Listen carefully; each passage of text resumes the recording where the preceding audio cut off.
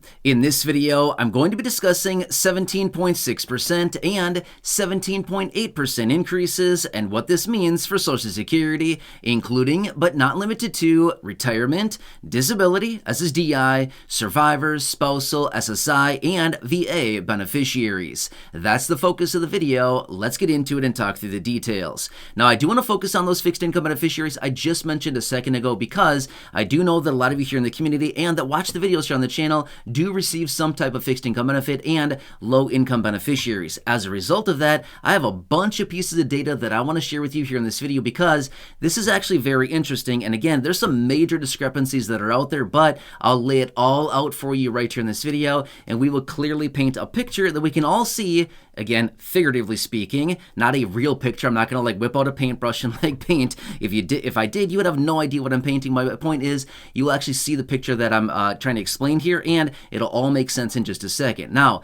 let me ask you a really quick question. How much do you think your fixed income benefits have actually increased over the last 3 years since 2021? Just take a wild guess based on the COLAs, which, by the way, that's what I'm talking about here really quickly, okay? The whole video is not about COLAs, but I'm just asking really quickly. The number is much bigger than I even thought. I added it all up and I thought, is that right? I added it up a couple different times, and yes, it is 100% correct.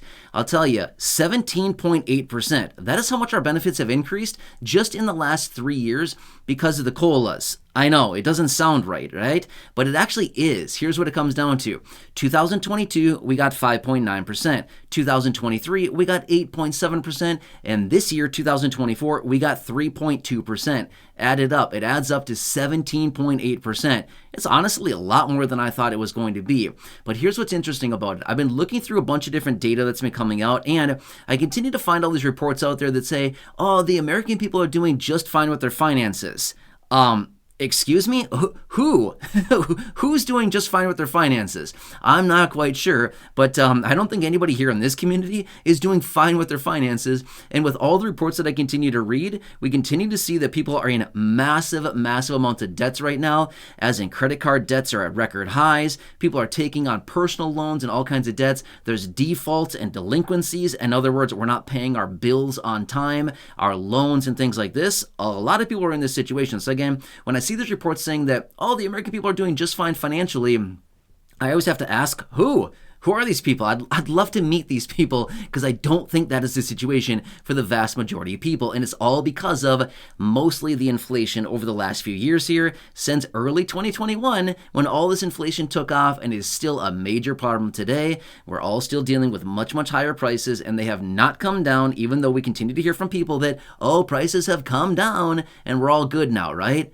Again, which prices have come down? I'm not sure about you, but I'm not seeing prices going down unless it's like clearance Halloween stuff. You know what I mean? Like, seriously, go to the store a day after Halloween, you'll see everything like 80% off. But other than that, you don't see anything like that. Again, obviously I know Halloween was a long time ago, but you get my point, right? So anyway, let me share with you the details about this really quickly. So I just got done reading another report that said in the last 3 years, consumer prices on everything, on average, have gone up collectively 17.6%. So again, everything, okay? You could be talking about a can of beans, airline tickets, used cars, clothing, shoes, everything across the board. Consumer prices on average have gone up 17.6% in the last 3 years. But remember, I just told you that the COLA increased our benefits by 17.8%. So we're ahead 0.2%, right?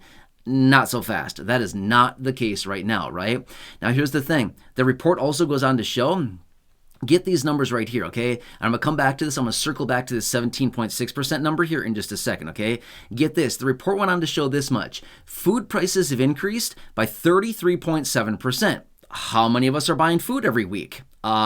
I'm pretty sure everybody, right? For the most part, everybody's buying food pretty much on a regular basis. So 33.7% is how much food has gone up in the last 3 years. Food generally does not increase that much. Food maybe goes up like 2% a year. It's not a very high inflationary item, okay? So food to go up that much is nuts, right?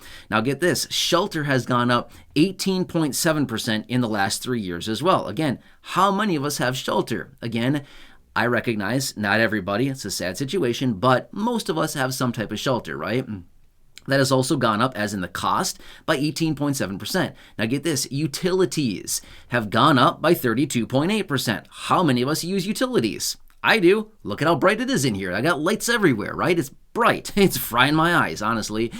It's very bright. My point is, we're all using some type of utilities. Gas, electricity, heating oil, something like this. We're all using something like this, unless you're using candles. And again, that's a cool way to light stuff too as well. Don't get me wrong, I love some candles, right?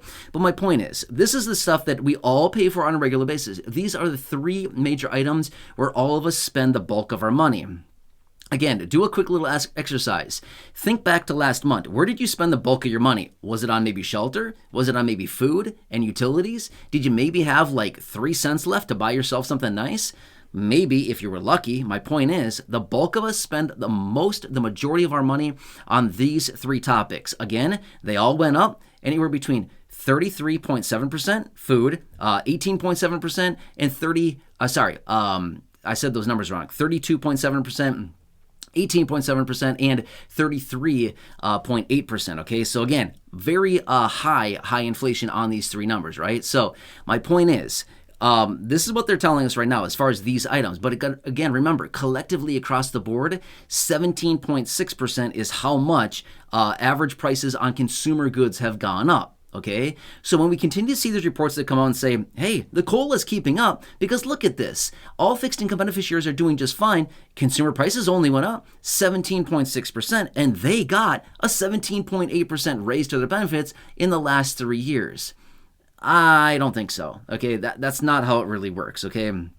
Again, this is on all consumer prices. And again, what about some of the items that we don't buy? Like, I don't know, airline tickets, event tickets, maybe like, used cars. We're probably not buying used cars all the time, new cars. Again, there's a whole bunch of things out there that are considered consumer prices, as in all the stuff out there that's for sale right now, that a lot of fixed income beneficiaries and low income don't buy because why would we, right? Most people can't afford it for the most part.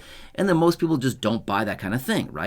So as a result of that, this is what we're seeing. So when we continue to see these reports that come out and say that, oh, fixed income beneficiaries should be doing just fine, it always rubs me the wrong way because I always feel like, look at the real numbers here. Look where we're spending our money on food, utilities, and shelter, and then look at the differences here. So if we just want to say collectively across the board, with all these percentages I gave you a minute ago, as in the 18.7% on shelter, the 33.7% on food, and 32.8% on energy, if we just want to look at all of these, and collectively, let's just say maybe all of these went up, if we add it all together and averaged it out, let's just say it's maybe, 25, 26%. Again, I'm just kind of roughly adding and kind of throwing out a random number. That's still off by, call it, 8 to 9%. So we're still behind the curve by anywhere between about 8 to 9, maybe even 10% below, basically off the curve. Sorry, I forgot which word I was trying to say there.